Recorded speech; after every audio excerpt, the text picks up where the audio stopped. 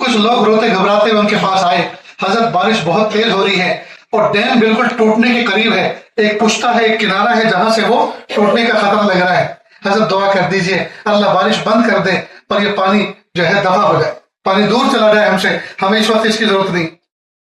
انہوں نے کدال ہاتھ میں لی اور کہا چلو ادھر سے ٹوٹنے والا ہے مجھے بتاؤ۔ اب تیز تیز قدم کے ساتھ لوگ وہاں لے کر گئے، حضرت یہاں سے لگتا ہے کہ یہ پہلے ٹوٹ جائے، اب انہوں نے اس کو کھودنا شروع کیا۔ حضرت یہ کیا کر رہے ہو؟ کہا جدھر میرا مولا ادھر ہی شاہ دولا، جدھر میرا مولا ادھر ہی شاہ دولا، میری مرضی بھی وہی ہے جو اللہ کی مرضی، اگر اللہ اس کو توڑنا چاہتے ہیں تو میں بھی اللہ کی مرضی میں اپنا حصہ ڈالنا چاہتا ہوں، میں بھی یہ چاہتا ہوں کہ ٹوٹے، اور اگر اللہ توڑنا نہیں چاہتے تو میرے توڑنے سے کبھی ٹوٹنے والا نہیں۔ تو انہوں نے اصل میں یہ سبق سکھایا، اللہ کی مرضی میں اپنی مرضی کو مرج کر دو، کبھی بھی پریشان نہیں ہوں گے، اپنی مرضی کو اللہ کی مرضی میں مرج کر دو، ملا دو، کبھی بھی ہم پریشان نہیں ہوں گے۔ تو دعا مانگنے کا مضمون ہمیشہ ایسا ہونا چاہیے، میرے پیارے اللہ یہ چیز میری ضرورت ہے، اگر آپ کے علم میں میرے حق میں یہ بہتر ہے آپ کے ساتھ عطا فرما دیجئے، اور اگر آپ کے علم میں بہتر نہیں ہے اللہ بھی آپ کے ساتھ بچا دیجیے، اور جو بہتر ہے وہ عطا فرما دیجیے۔ سمجھ گئے دوستوں؟ یہ مضمون یاد رہے گا۔ اس طرح سے دعا کرنے میں، اس طرح سے مضمون بیان کرنے میں ایک حکمت یہ بھی ہے کہ اس میں ابدیت کا اظہار ہوتا ہے، ابدیت کا اظہار ہوتا ہے، اور اس کے خلاف دعا کرنے میں گویا اللہ تعالیٰ نوکر ہے، نعوذ باللہ، ہم جو کہنے وہ کریں جی، گویا ہم نے اللہ کو نوکر سمجھا، یہ دے دے وہ دے دے وہ دے دے، جیسے وہ ہمارا زر خرید ہو، نعوذ باللہ۔ نہیں، انداز یہ ہونا چاہیے ہم محتاج ہیں، اللہ خالق ہیں، مالک ہیں، حاکم ہیں اور حکیم ہیں، وہ بہتر جانتے ہیں کس وقت کیا دینا ہے اور کیا نہیں دینا۔ ایک دو منٹ ذرا اس مضمون کو اور اچھی طرح سمجھ لیں۔ دیکھو آپ کا ایک پیارا بچہ ہے، اور بچے پیارے ہی ہوتے ہیں، کس کا بچہ برا ہوتا ہے؟ سب کے پیارے ہوتے ہیں۔ اب اس کو نزلہ ہوا ہے، ناک بہری ہے، کھانسی ہو رہی ہے، گلا پھنسا ہوا ہے، جسم تپا ہوا ہے بخار میں، اس کنڈیشن میں ٹھنڈی چیزیں کھانے سے ڈاکٹر منع کرتے ہیں، لیمو کا شربت پینے سے منع کرتے ہیں۔ اب بچہ دعا کر رہا ہے ابو مجھے آئس کریم چاہیے، تو آپ کہتے نہیں بیٹا آئس کریم دلائیں گے جب اچھی طبیعت ہو جائے گی تب ڈٹ کے کھانا، لیکن ابھی تمہارے لیے مجھے ہے۔ اب وہ رو رہا ہے، راہ گزرنے والے لوگ دیکھیں بچے کو رولا رکھا ہے، بھائی کیوں رولا رکھا ہے؟ ارے یہ طبیعت خراب ہے آئس کریم، ہاں نہیں مت دینا، ایسے ہی کہتے ہیں مت دینا۔ اب باپ سے روتا ہوا بچہ دیکھا بھی نہیں جاتا، تو باپ بچے کا ابا وہ حکمت والا ہے، تو وہ آئس کریم مانگتے ہیں تو اس کا ابا اس کے لیے کوئی کھلونا لا کے دیتا ہے کہ بیٹا اس سے کھیلو، یا کوئی مفید چیز اس کو لا کے دیتا ہے، یہ پیو یہ کھاؤ، کیونکہ وہ مصلحت والا حکمت والا ہے۔ تو جب بچے کا ابا اتنا حکمت والا ہے کہ بچے کو نزلہ ہے تو وہ ٹھنڈی چیزیں اس کو نہیں دے رہا، بچے کو زکام ہے بخار ہے تو وہ ٹھنڈی چیز اس کو نہیں کھلا رہا، تو جب بچے کا ابا اتنا حکمت والا ہوتا ہے تو بندوں کا ربا کتنا حکمت والا ہوگا، بندوں کا ربا کتنا حکمت والا ہوگا۔